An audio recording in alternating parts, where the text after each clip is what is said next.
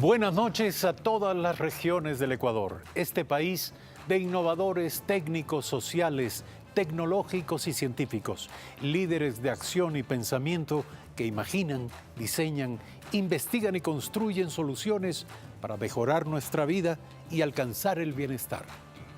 La semana pasada estrenamos Memoria del Futuro con dos temas que nos abrieron al conocimiento sobre dos jóvenes innovadores y sus emprendimientos. Para quienes no pudieron ver nuestro programa anterior, aquí va un breve resumen. Descubrimos que en el tema de discapacidad visual todavía no se había hecho grandes innovaciones, entonces vimos una brecha increíble y una oportunidad para crear algo que pueda mejorar la vida de estas personas. Creamos una plataforma en la cual tenemos toda una experiencia de aprendizaje, desde ejercicios interactivos, simuladores del examen. Llevamos al estudiante a que cumpla sus logros académicos, buscar la forma de ayudar a jóvenes a ingresar a la universidad. El dejar para Quito una escuela que forme a los quiteños y a la gente del distrito metropolitano en lo que nosotros denominamos como permacultura. Se ha construido un tejido social, se ha permitido también que la comunidad venga y participe tanto en el mantenimiento como en el consumo de todo lo que nosotros hacemos. Hoy en la segunda entrega de Memoria del Futuro vamos a ver cómo un problema que pasa por nuestras manos y cuya solución parece estar fuera de nuestro alcance se puede enfrentar, juntando los eslabones de una cadena de conciencia, responsabilidad y acción. Y además, creer que ya todo está inventado nos impide ver las oportunidades para pensar, diseñar y construir nuevas alternativas en el campo de la técnica y la tecnología. Nuestra segunda historia plantea una pregunta. ¿Quién dijo que en Ecuador no se pueda desarrollar dispositivos de calidad para el diagnóstico en laboratorios clínicos? Quédense con nosotros para conocer a nuestros innovadores e innovaciones. Un padre amante de la naturaleza y una madre inquieta por la realidad social dieron como resultado a una hija entusiasta por la conservación del ambiente y por mejorar la calidad de vida de centenares de recicladores de basura. Conozcamos la historia de Lorena Gallardo, nuestra primera innovadora de esta noche. Soy emprendedora social. Actualmente soy docente en la Escuela Politécnica Nacional. Y la experiencia que tengo es básicamente en gestión de residuos sólidos y en reciclaje inclusivo. Mi inquietud acerca de cuidado del ambiente, más general, surge yo creo que básicamente de mi familia, porque mi papá, sobre todo, desde que éramos súper chiquitas, yo tengo dos hermanas y un hermano mayor, siempre nos ha inculcado el salir a la naturaleza. Mi mamá juega un papel bien importante porque mi mamá tiene una sensibilidad bien especial hacia el resto de personas, siempre está pensando en ayudar al prójimo, cada semana conoce a alguien diferente y nos dice, miren, pasó esto, pasó este otro, y eso ha sido desde pequeñitas, entonces en realidad creo que han sido justamente el conjugar lo ambiental con mi papá y lo social con mi mamá lo que ha hecho que crezca de esta manera. Entonces descubrí en la profesión que después estudié esta profesión que puedo juntar las dos, ¿no? En que puedo apoyar en temas ambientales, que puedo hacer un cambio, pero a la vez un cambio técnico, o sea, un cambio que no solamente está basado en temas sociales, sino también un tema numérico y técnico que a mí me gustaba muchísimo. Comenzamos como una iniciativa joven, fresca, que no pensábamos tanto en que necesitábamos así tantos recursos, ni sobre todo no pensábamos en el alcance que iba a tener nuestro proyecto. Tanto yo como el resto del equipo tenemos un trabajo a tiempo completo, pero lo chévere ha sido como poder juntar las dos cosas, ¿no? Y digamos, nosotros ya ni siquiera hablamos de voluntariado, sino de militancia. Entonces el compromiso y la militancia han hecho que esto sea posible. El equipo lo ha hecho tan chévere que en verdad se han convertido en personas súper importantes ya en mi vida. Entonces yo he aprendido un montón de cada uno del equipo y creo que sin ellos no hubiera sido posible. Y bueno, fundamentalmente por quien trabajamos, ¿no? Las recicladoras de base, con las que hemos tenido la oportunidad de trabajar, que todos los días aprendemos y son como el motor que nos dan ganas de continuar trabajando. Continuamos con Memoria del Futuro y con nuestra primera innovación de esta noche. Pero antes queremos agradecer a nuestro público presente y a nuestros comentaristas invitados, los que van a escuchar la exposición de nuestra innovadora y también van a formularle algunas preguntas clave sobre su proyecto. Ellos son Decio Machado, experto en análisis de mercados, publicidad y comunicación estratégica; Daniela Larrea, responsable de emprendimiento e innovación de Conquito; y Miguel Pinto, actualmente profesor del Departamento de Biología y curador de Zoología en la Escuela Politécnica Nacional. Lorena Gallardo es ingeniera ambiental de la Universidad San Francisco de Quito, con una maestría en ciudades y edificios sostenibles obtenida en la Universidad de Melbourne, en Australia. Actualmente es docente de la Escuela Politécnica Nacional y su proyecto se llama Recibesi. Buenas noches, Lorena, gracias por estar en Memoria del Futuro. Cuéntanos, ¿qué es Recibesi? Muchas gracias, Eduardo. Para mí es un gusto estar aquí. Recibesi, bueno, nace ante una problemática nacional. La problemática es acerca de los recicladores de base. En Ecuador, de todo lo que se genera de residuos, apenas es reciclable un cuarto de todo lo que se genera. Y la mitad es realmente reciclado y efectivamente reciclado gracias a los recicladores de base. Entonces, los recicladores de base juegan un papel muy importante. Sin embargo, ellos no han sido visibilizados. Su trabajo es poco digno y trabajan bajo condiciones sumamente inseguras en cuanto a salud. Entonces, así nace Recibesi como una iniciativa que lo que busca es generar un vínculo humano entre recicladores de base y la ciudadanía. Para quienes se preguntan quiénes son los recicladores de base, son estas personas que están abriendo las fundas de recolección de basura todos los días para recuperar este material reciclable, luego la comercializan y de eso obtienen un ingreso. Entonces, los y las recicladoras de base, que de hecho en Ecuador la mayoría son mujeres, tienen esta realidad y Recibesi nace para generar ese vínculo humano a través de una diversa cantidad de estrategias que hemos desarrollado en ya prácticamente 3 años que tenemos de proyecto. Entendemos que Recibesi nace como un proyecto de voluntariado en el campo de la conservación ambiental, pero está evolucionando hacia convertirse en un emprendimiento, en una pequeña empresa. Sí. ¿En qué consiste este proyecto? Bueno, Recibesi, al haber nacido como una iniciativa ciudadana, porque así nosotros la hemos llamado hace, como decía, 3 años, juntó a un grupo de profesionales de diversas áreas, quienes estábamos muy interesados, ¿no? En el equipo muy diverso habíamos ingenieros ambientales, diseñadores, economistas, demás, ¿no? Entonces decidimos militar, porque nosotros ya no le llamamos ni siquiera un voluntariado, sino a la militancia hacia el reciclaje inclusivo, interesados también por nuestros intereses profesionales y personales, ¿no? Como es mi caso. Entonces, en ese sentido, nosotros comenzamos con Recibesi, pero después de haber ya trabajado algún tiempo, dijimos, bueno, esto tiene que ser sostenible en el tiempo, si no queremos que ya se quede como un proyecto chévere de gente joven e innovadora. Entonces, es ahí donde decidimos como dar el salto hacia un emprendimiento social. Y estamos en eso justamente, a partir prácticamente todo el año 2018 hemos venido trabajando en convertir a Recibesi a través de una herramienta que estamos sacando, que es una Reci-App, como un emprendimiento social, que lo que busca es involucrar a una diversidad de actores y aliados estratégicos para poder trabajar en pro del reciclaje inclusivo. Una empresa ofrece productos o servicios. ¿Cómo se llama el producto o el servicio que ofrece Recibesi y para quiénes es? ¿En qué consiste y cuánto deben pagar por ello? Nosotros tenemos, en este momento hemos venido desarrollando todo este año justamente este modelo de gestión que para nosotros y modelo de negocio que en nuestro caso es bien interesante, es bien particular porque nosotros tenemos varios segmentos. Tenemos los beneficiarios por un lado que son recicladores y recicladoras de base.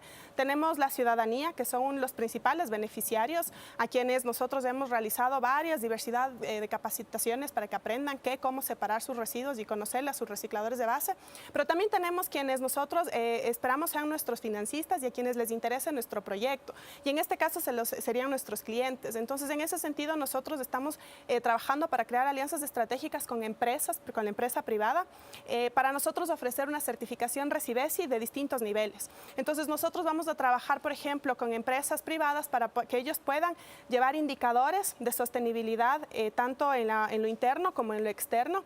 Entonces, es decir, si yo soy una empresa que me interesa mucho el cuidado del ambiente, pero no sé cómo demostrarlo, entonces yo como Recibesi puedo ofrecer el servicio de llevar indicadores de seguimiento y certificar. Entonces ese es un nivel de Recibesi. También vamos a trabajar con empresas que deseen no solamente quedarse en lo interno, sino también financiar, por ejemplo, barrios enteros, comunidades enteras y generar de esta manera un impacto en responsabilidad social empresarial.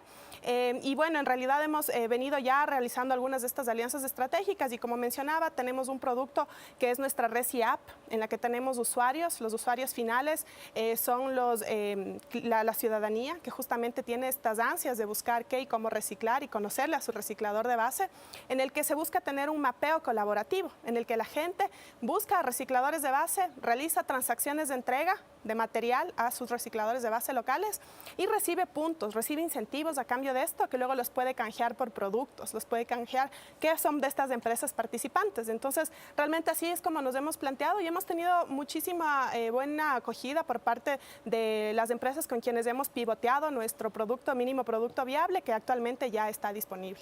A ver, pero entendamos quiénes son las empresas llamadas a ser clientes ideales de esto. Entiendo que Recibesi se basa en una alianza con los recicladores, por lo tanto, tiene que tratarse de un tipo de desechos que en efecto ellos puedan procesar. Explícanos en qué consiste. Sí, totalmente. Lo que tú mencionas es totalmente correcto. En realidad, cuando nos ponemos a indagar acerca de qué está compuesta la basura y los residuos en general de toda la ciudad, de todo el país, nos topamos con que gran cantidad, bueno, sabemos que la mayoría es orgánico, pero mucha de la cantidad de plástico, por ejemplo, es plástico que no se puede reciclar, es plástico que es de un solo uso y realmente nosotros desde Recibesi siempre vamos a promover el desincentivar el uso de este tipo de plástico, ¿no? Pero luego cuando ya, por ejemplo, te topas con empresas que sí tienen generación de residuos que realmente no son reciclables, nosotros lo que ofrecemos es una asesoría para migrar hacia productos que sean o bien biodegradables o sean aprovechables por recicladores de base. Entonces nosotros nos hemos planteado trabajar justamente con las empresas en distintas etapas. Entonces al inicio nosotros nos planteamos trabajar con empresas privadas para que trabajemos con las que sí generan material que es potencialmente útil para los recicladores de base.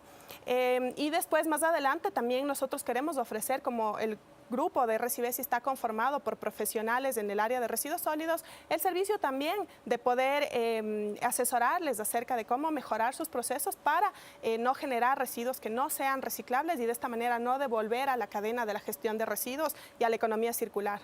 ¿Cuál es la visión de futuro? Y esto tiene que ver con el cuándo del desarrollo del proyecto Recibesi y con el cuánto también. ¿De dónde esperan, cómo esperan ustedes monetizar todo este esfuerzo?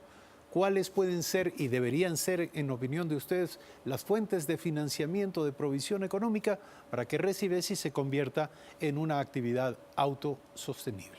Sí, la verdad, en ese sentido nosotros ya hemos venido haciendo algunos esfuerzos, hemos recibido fondos no reembolsables de distintos aliados estratégicos, por ejemplo, de la Iniciativa Regional de Reciclaje Inclusivo, que es una alianza entre varias instituciones a nivel regional, donde se incluye a una organización muy potente de la Red Latinoamericana de Recicladores, a la que pertenece la Red Nacional de Recicladores de Base, quienes nos dieron fondos para nosotros fortalecernos. Sí, entonces ya hemos recibido un premio, el Premio de Reto de Emprendimiento Urbano organizado por Impacto Quito, financiado por el BID, y con eso estamos incubando actualmente nuestro negocio, sin contar el crowdfunding o financiamiento colectivo con el que comenzamos Recibesi. Entonces, eso nos ha permitido encaminarnos justo para poder responder tu pregunta respecto a cómo nos vamos a financiar al futuro. Estamos actualmente trabajando en la Reci App, que es esta herramienta que nos va a permitir llevar indicadores, trazabilidad de los números, algo que no existe aquí. Nos dimos cuenta cuando hemos trabajado en todo este tiempo que la gente nos escribe todos los días, tanto ciudadanía como empresas, para decirnos, yo quiero hacer esto, quiero tener un Recibesi, quiero hacer un negocio Recibesi o cómo hago para conocerle a mi reciclador o recicladora de base. Entonces nosotros vimos ahí justamente un nicho y dijimos, perfecto, hay una necesidad porque nos están buscando, entonces trabajar con las empresas privadas en llevar los indicadores, la trazabilidad. Obviamente cuánto va a depender, ¿no es cierto? Porque no vamos a hablar a distintas escalas. Nuestra idea es comenzar justamente con emprendimientos similares al nuestro, que sean afines ideológicamente incluso al nuestro, con los que podamos comenzar con el tema de los incentivos. Y es así como lo tenemos planteado con la Reci App. Estamos justamente terminando en este momento el modelo financiero para poder definir justamente cuánto, dependiendo de la escala de cada una de las empresas, podría costar. Y lo mismo a nivel barrios. Hemos escuchado la exposición de nuestra innovadora Lorena Gallardo y ahora vamos a oír a nuestros comentaristas y las inquietudes que ellos le van a plantear a nuestra innovadora. Decio Machado. Un gusto, Lorena, muy interesante el proyecto. Yo creo que hay algunos elementos que me parecen como muy referenciables. En el Ecuador, si no me equivoco, hay como 20.000 familias, es decir, que viven de reciclaje de base. 2.000 están en Quito. Estabas situando la primera intervención de este modelo de negocio, quiero decir, en Quito. Eso me parece muy importante y creo que la pregunta va más bien por las lógicas de líneas de alianzas estratégicas para este negocio, ¿no? Me parece difícil generar la masa crítica a través de aplicaciones de apps, y digo esto porque me parece que por ahí va el sentido de la intervención con los vecinos, con el vecindario, etcétera. Es decir, y esa comunicación me parece muy complicado como generar la masa crítica necesaria, el network, ¿no? Es decir, que necesita ese modelo de negocio sin, digamos, alianzas estratégicas muy concretas, donde me da la sensación de que están los 221 GATS municipales de este país. Es decir, me parece que por ahí, es decir, me da la sensación al menos de que tenéis que trabajar estratégicamente con la finalidad de poder, digamos, generar penetración dentro de, digamos, la ciudadanía. Solo por terminar, es evidente que hay una necesidad de un negocio como este, o sea, que hay unos estudios de la OMS, es decir, a nivel internacional, es decir, que hablan de que cada uno en estas sociedades de consumo en las que estamos generamos como 80 toneladas de desechos, es decir, en el transcurso de nuestra vida. Eso evidentemente de alguna forma hay que procesarlo y eso me parece que hay una buena línea de negocio, pero vuelvo a repetir, el Ecuador, digamos, en el marco de las APPs, de los negocios de economía digital, todavía como que le falta, ¿no? Quiero decir un poquito, y en ese sentido no sé cómo estáis planteando esto. Respecto a lo de la aplicación móvil, todos los días nos cuestionamos el tema de la Resi App como una herramienta, si efectivamente va a ser utilizada en la realidad que estamos, pero siempre nos contestamos con que la Resi App es eso, es una herramienta. La Resi App no es todo nuestro modelo Resibesi y hay el componente social, el componente ambiental que nosotros estamos construyendo detrás de la Resi App es realmente lo que cuenta. Nosotros con la herramienta Resi App lo que buscamos es apoyarnos, porque cuando comenzamos con el proyecto, hace prácticamente 3 años, hicimos la implementación de Resibesi en 2 barrios de Quito, justamente con las alianzas que hemos hecho, ¿no? con la academia sobre todo.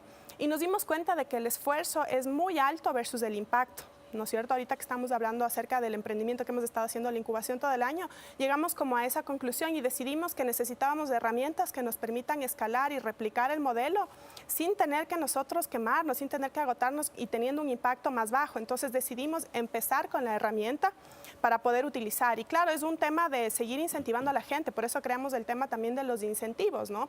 Hemos trabajado con la herramienta, pivoteado la herramienta y efectivamente vemos que hay interés de utilizarla.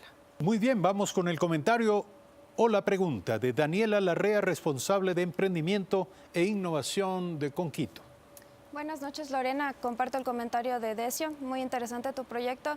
Y básicamente mi duda es en la parte que tú hablaste sobre el escalar y hacerlo sostenible el proyecto. Sí, estamos hablando de un proyecto social, pero ustedes ya están pensando en cómo hacerlo sostenible en el tiempo, cómo esto va a vivir 3, 4 años. Y mi pregunta es, ¿qué investigaciones ustedes han hecho para que este modelo que tenemos aquí en Ecuador, porque tenemos recicladores base, se pueda replicar en otros países de la región o a nivel mundial, por así decirlo? Porque queremos que este proyecto sea replicable en otras partes. Y también la parte de la aplicación, hablaste que los incentivos dan empresas, sí. ¿Cómo hacer esto en otros países igual? ¿Cómo hacerlo escalable a todo el modelo de negocios? Y muchas gracias. La verdad, eso también es súper bonito del proyecto porque la misma herramienta te permite hacer un mapeo, estés aquí, estés en Ambato, estés en Colombia, estés donde estés, te permite realizar el mapeo para empezar, que es la primera etapa del mapeo colaborativo de la app, para identificar recicladores de base locales. Entonces se puede comenzar a establecer un poco el tema de la app móvil a nivel regional desde ya, desde la aplicación tal cual está. Ahora, el tema de los incentivos, obviamente eso es algo que se debe ir trabajando en conjunto y la investigación que nosotros hemos hecho mucho en la región. Nosotros trabajamos de la mano con la Iniciativa Regional para el Reciclaje Inclusivo, que es esta alianza entre varias iniciativas que trabajan, dan incluso recursos, fondos no reembolsables para proyectos de fortalecimiento del reciclaje inclusivo. Y por ellos tuvimos justamente este año la oportunidad de asistir y ser ponentes en la Cumbre Regional de Reciclaje Inclusivo, que es una cumbre a nivel mundial. Nosotros presentamos y nos dimos cuenta de que no hay algo similar en la región. Finalmente, el comentario y la inquietud de Miguel Pinto de la Escuela Politécnica Nacional. Lorena, felicitaciones por la idea, Gracias. es maravillosa, es un proyecto bastante innovador y que ojalá tenga todo el éxito del mundo y ojalá que todo el reciclaje que se hace a nivel nacional pueda pasar a través del Recibesi, sería formidable. Mi inquietud va con la sostenibilidad en el tiempo. Esta idea asume que siempre van a haber recicladores. No estoy hablando de los recicladores de base, sino ya de las industrias que reciclan estos desechos. Entonces asumimos que siempre van a existir estas industrias que van a financiar a los recicladores de base y demás.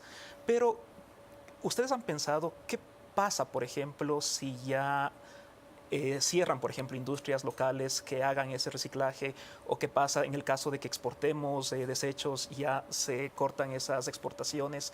Tal vez ustedes también tienen enlaces con estas industrias, cosa que haya un mayor incentivo para mantener estas industrias y de esa manera que todo este ecosistema del reciclaje pueda funcionar a través del tiempo en el Ecuador. Gracias por tu pregunta. La verdad es que el tema de empresas recicladoras es también uno de los siguientes pasos al que nosotros queremos llegar, justamente con herramientas como la RCA, porque nos permite tener trazabilidad de los residuos.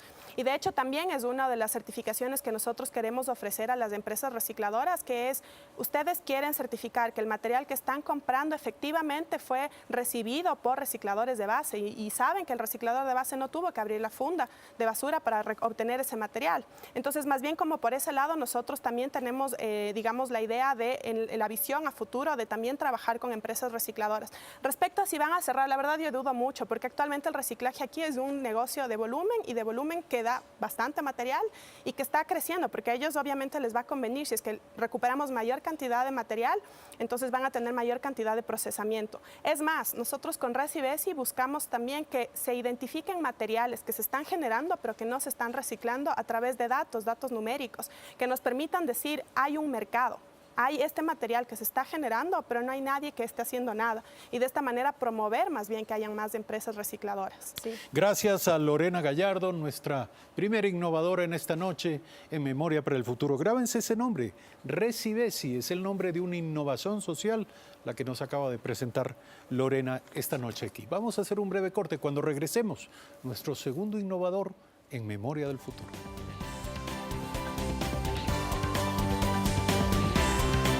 Emprendedor, ingeniero, músico, un convencido de que el cambio es algo que ocurre en cada persona o no ocurre, es nuestro segundo innovador en el programa de esta noche. Conozcamos el perfil de John Valle. Considero que el ser humano siempre y nunca deja de aprender, y esa es una de las partes más interesantes de estar aquí en este lugar, en este mundo. La motivación que siempre tuve fue de mi abuelo, precisamente porque él era una persona que, sin tener mucha educación académica, hacía las cosas de una forma perfecta. Él conseguía hacer unos ensambles de la madera que eran perfectos, y él no tenía instrumentos precisos, no solamente lo hacía porque él le gustaba, por la pasión que él tenía. En el fondo yo siempre quise ser como él, quise ser carpintero. Una de mis pasiones ha sido la música desde muchacho. Cuando empecé a descubrir los dones de la música, ¿no? La música es como el trabajo que yo hago es algo, son actividades muy nobles. La música especialmente a uno le da lo que uno le pide y ennoblece y tranquiliza, relaja, eleva. Lamentablemente yo tuve que dejar eso por mi trabajo, porque eso demanda tiempo. Yo me quedé con mis hijos cuando ellos tenían 6 y 4 años. Entonces yo tuve que renunciar a mi trabajo. En el trabajo donde estaba pude conocer mucho, viajé por el mundo y tuve que dejar la música. tuve que dejar la música porque ya no me daba el tiempo y peor todavía cuando me quedé solo, ¿no? Como todos en la vida, yo también he tenido momentos en los que he flaqueado mucho y más allá de un ejemplo, más bien son un estímulo y son mis hijos, ¿no? Yo tengo dos hijos preciosos, soy padre soltero y pues la motivación más grande que pude haber tenido son ellos. Otra persona que es muy clave en esos momentos de debilidad es mi novia. Tengo una novia que es muy buena y ella siempre tiene la voz de aliento, tiene mucha fe en mí y siempre me levanta y me dice, no, tú puedes, dale. Son las tres personas que están siempre a mi lado. Yo tuve una idea hace como 10 años, pero no tenía ni el financiamiento, ni el empuje, ni las condiciones se daban todavía como para que yo empiece con un proyecto así. Tristemente pude ver que después de unos años ya lo habían implementado en Japón. Llegó un momento en el que yo pude decidir que se podían hacer cosas aquí. Yo ya no quería ser solamente el consumidor, el asesor de lo que viene de fuera, lo que viene importado. Y empecé a pensar en que también se puede construir aquí. Muchas veces los productos nacionales son vistos con cierto desdén por el hecho de ser nacionales. Pero esa es otra parte, otro componente que me impulsa más todavía a demostrar que aquí sí se pueden hacer las cosas. Yo amo mucho mi país y esa es la principal razón. O sea, soy muy nacionalista y considero que aquí mismo sí lo podemos hacer. Otros colegas, otros compañeros míos pensamos en llevar esto a otro país y hacerlo en otro lugar para que tenga, digamos, más valía, ¿no? Es, por ejemplo, ver en un equipo tecnológico que diga hecho en Suiza es diferente que para el mercado que uno que diga hecho en Ecuador. Pensamos muchas veces en eso y quizá empezamos a caminar ese camino, pero más bien desistimos porque tenemos que hacerlo aquí. O sea, es importantísimo, es sumamente importante para mí que nosotros nos demos más valor como ecuatorianos. Existen muchos buenos proyectos que estoy seguro que en realidad pueden transformar esa utopía de que el Ecuador sea solo un país consumista, ¿no? y mejorar nuestro estándar de vida, mejorar a nuestras familias, a nuestra sociedad. La actitud en sí del mercado no nos permite a nosotros dar valor a lo que se hace aquí, al producto nacional. No sabía que existían equipos que podían analizar células y ese tipo de cosas, ¿no? Eso fue lo que realmente me apasionó. Descubrí que no existen límites, o sea, el ser humano todavía tecnológicamente, como alguna actriz dice en una película, estamos tecnológicamente adolescentes. Entonces siempre vamos a continuar descubriendo cosas y admirándonos de lo que nosotros mismos hacemos, ¿no? Ustedes han visto su perfil. John Valle es ingeniero en electrónica de profesión y es un profundo convencido de que en nuestro país podemos hacer lo que nos propongamos. Su proyecto, su innovación se llama Centauri. ¿En qué consiste? Buenas noches. Buenas noches, Eduardo. Muchas gracias por el espacio. Nuestro proyecto se desenvuelve en el área de la medicina, específicamente en el campo laboratorio clínico. Permíteme que te explique. Cuando una persona, un individuo, se convierte en un paciente al ir al médico, este a su vez le remite al laboratorio clínico una serie de exámenes de acuerdo al diagnóstico, a la auscultación que haya hecho. El paciente como tal va al laboratorio clínico y ahí es donde se encuentra con una frontera en donde simplemente entrega sus muestras, pero de ahí hacia el otro lado de la frontera existe todo un universo de actividades y de gente trabajando, un ejército que se compromete con el diagnóstico. Y de ahí el nombre de nuestro proyecto, Centauri, hace alusión a una constelación porque tenemos un espectro amplio de acción dentro de tecnología, ciencia y tecnología. Entonces, nosotros tenemos la proyección de cubrir las áreas progresivamente. Hemos planteado en una primera instancia cubrir la parte que se denomina preanalítica, que es la primera fase donde ingresan las muestras al proceso de obtención de resultados. Entonces, de esta forma es que nosotros hemos planteado nuestro proyecto y estamos subiendo el primer escalón en la parte preanalítica. Entonces, ahora, para que nuestros televidentes lo entiendan, igualmente nuestro público y nuestros comentaristas, Centauri es una iniciativa para desarrollar implementos técnicos, dispositivos. En este caso, ¿qué dispositivos, con qué fines? nosotros estamos desarrollando equipamiento técnico para el diagnóstico, esencialmente, ¿no? Por ahora, como te mencionaba, nuestro primer escalón es desarrollar equipamiento para el preanálisis, lo cual significa, y este es nuestro producto estrella por ahora, desarrollar centrífugas de mediana y gran capacidad. Nosotros detectamos la necesidad de desarrollar esto debido a que básicamente todo el mercado es cubierto con importaciones, es decir, no existe producción local e inclusive regional que cubra esta necesidad que existe. Los equipos son importados de donde las centrífugas que actualmente se utilizan, ¿de qué países se traen? Principalmente vienen de Alemania y de Estados Unidos, de Europa y Estados Unidos. Otras de menor calidad vienen de China y ese es de Brasil y Argentina también es otro proveedor importante para nuestro mercado.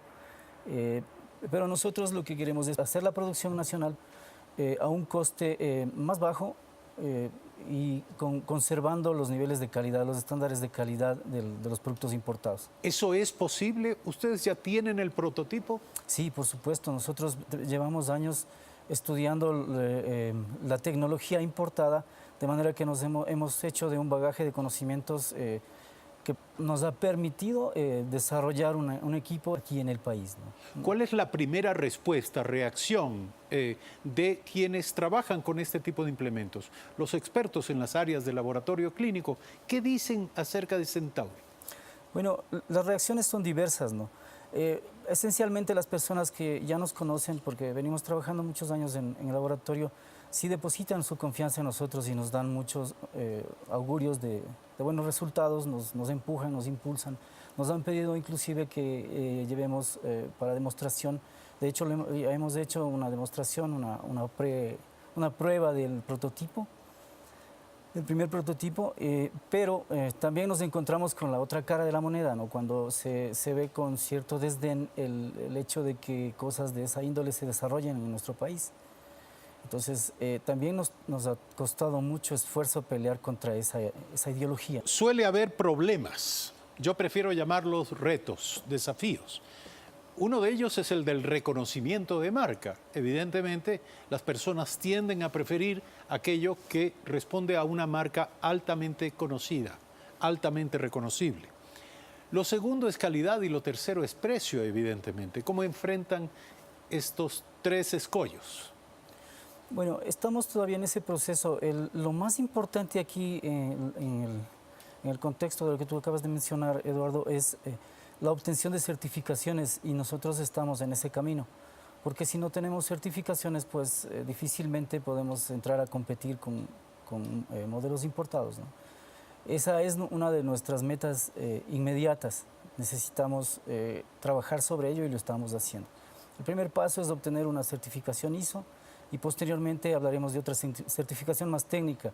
Esto conforme el proyecto en sí vaya desarrollándose y nos lo permita el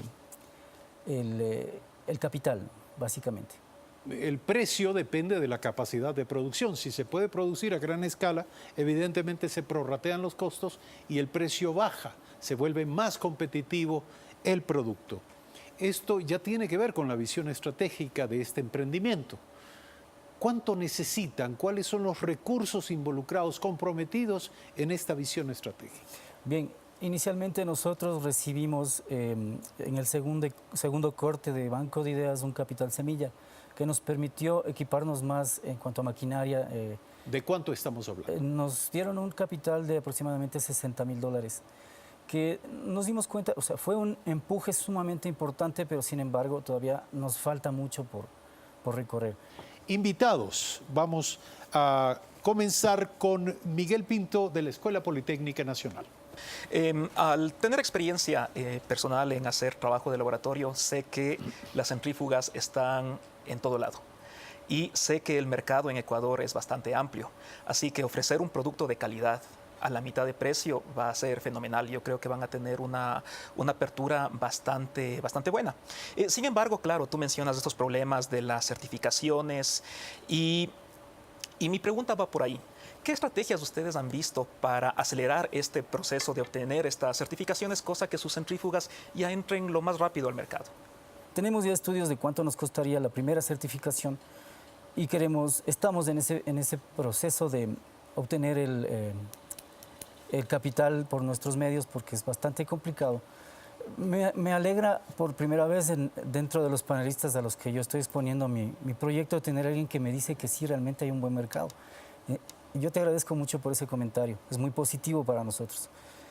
Entonces, no es un producto de consumo masivo y pues eso es una barrera sumamente difícil de superar en un emprendimiento como el nuestro. En definitiva, pues, respondiendo a tu pregunta, estamos fabricando otros equipamientos menores que no requieren de certificación. Muy bien, vamos con el comentario y la inquietud de Daniela Larrea, responsable de Emprendimiento e Innovación de Conquito. Mucho gusto, John. Un proyecto bastante interesante. Me gustó la parte en donde ustedes están haciendo la innovación en el proceso de producción, porque al innovar en tu proceso de producción es el motivo por el cual se te están reduciendo el costo y el precio al que vendes. Pero mi pregunta va más allá. Si ustedes ya han hecho una proyección a unos 5 años de los costos de producción, de los materiales que necesitan, ¿cuánto les va a costar a ustedes hacer una producción masiva y cuánto le va a costar al cliente tener estos productos en las manos? En efecto, nosotros venimos haciendo estudios de análisis de costos, perdón, que nos permiten poder proyectar este tipo de números, ¿no? estas ganancias. En todo caso, este es, como yo decía, el primer escalón. Tenemos en cola muchos proyectos que a nuestro proyecto global nos da una sustentabilidad que nos atrevemos a pensar que tendrá muchas generaciones seguir abarcando el mercado nacional y regional, precisamente por la competitividad en cuanto a precio y calidad. Entonces, sí, estamos muy bien apalancados en ese aspecto y tenemos esa proyección. De aquí a unos 5 años esperamos estaría comercializando fuera de nuestras fronteras. Muy bien, y la última inquietud y comentario de Decio Machado, experto en análisis de mercados, publicidad y comunicación estratégica. Bueno, me parece un proyecto muy noble, me parece muy importante, es decir, que seamos capaces de desarrollar en la industria nacional valor agregado, es decir, en tecnología, en factores de estas características. Tú sabes que como en todo modelo de negocio hay 4 preguntas básicas, que es qué, a quién, cómo y cuánto, ¿no? Y me voy a quedar con el a quién, ¿no?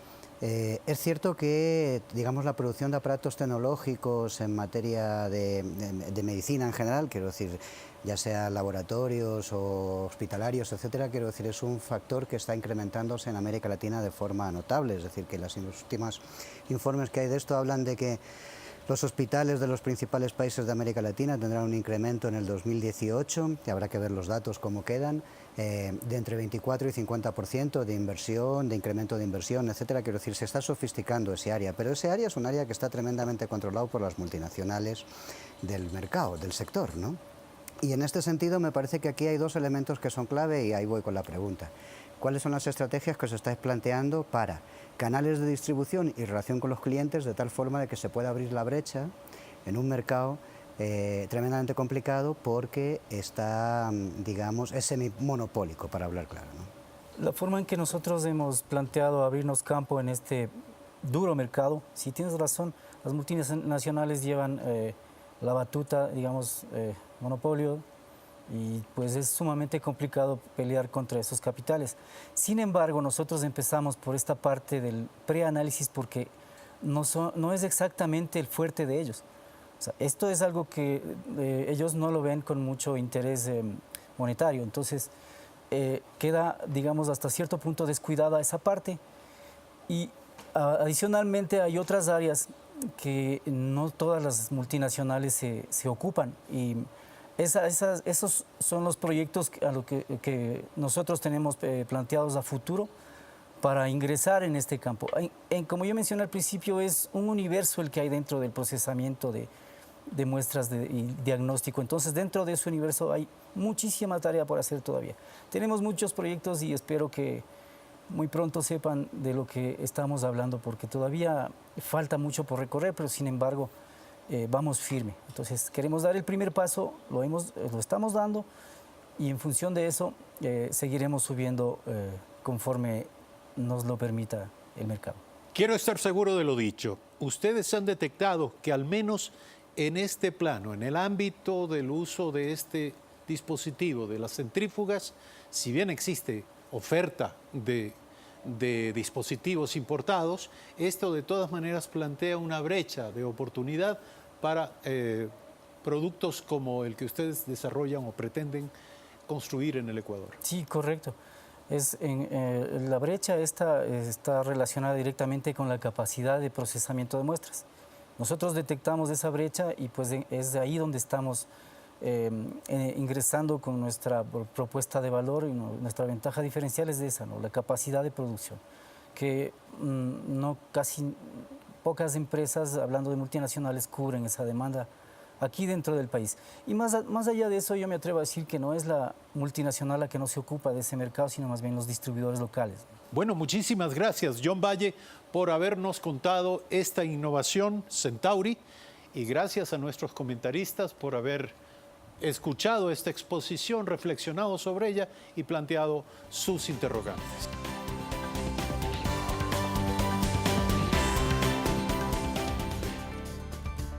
Huella Verde nos pareció el nombre ideal para una iniciativa que busca mejorar la huella de las personas, de los negocios en el planeta. Nació el emprendimiento y la idea hace más de 6 años de ver el uso excesivo de desechables que cada día, cada año se volvía peor. En cualquier reunión, los restaurantes, centros comerciales ya era común, y yo sabía que todo esto iba a parar en los rellenos sanitarios, pero en muchos casos del mar y toda la naturaleza.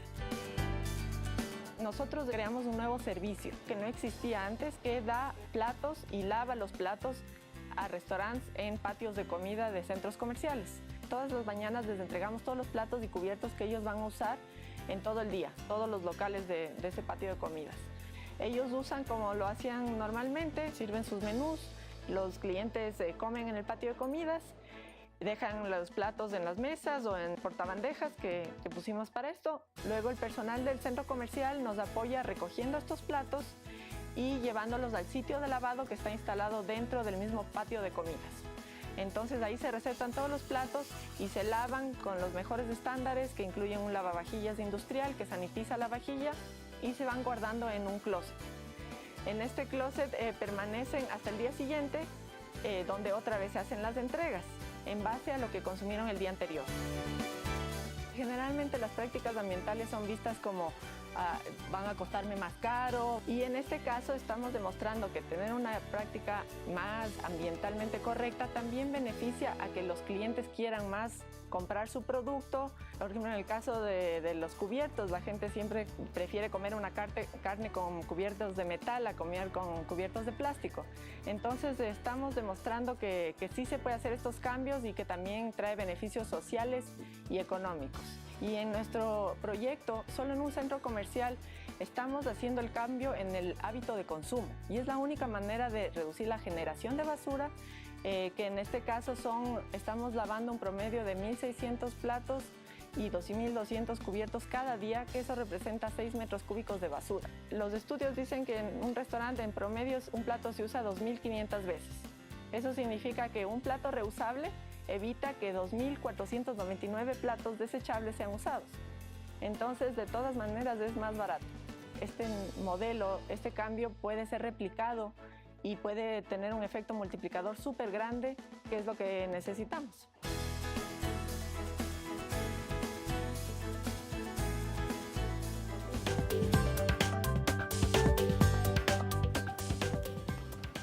Gracias de nuevo a nuestros invitados de esta noche, a nuestro público presente, a nuestros comentaristas. Y gracias a ustedes, además, por el privilegio de su sintonía. a través de la señal de Ecuador TV en todo el Ecuador y, por supuesto, en cualquier parte del mundo a través de nuestras redes sociales. La próxima semana volveremos con un nuevo capítulo de Memoria del Futuro, nuevos innovadores e innovaciones, recordándoles que las mejores ideas son las que se realizan. Buenas noches.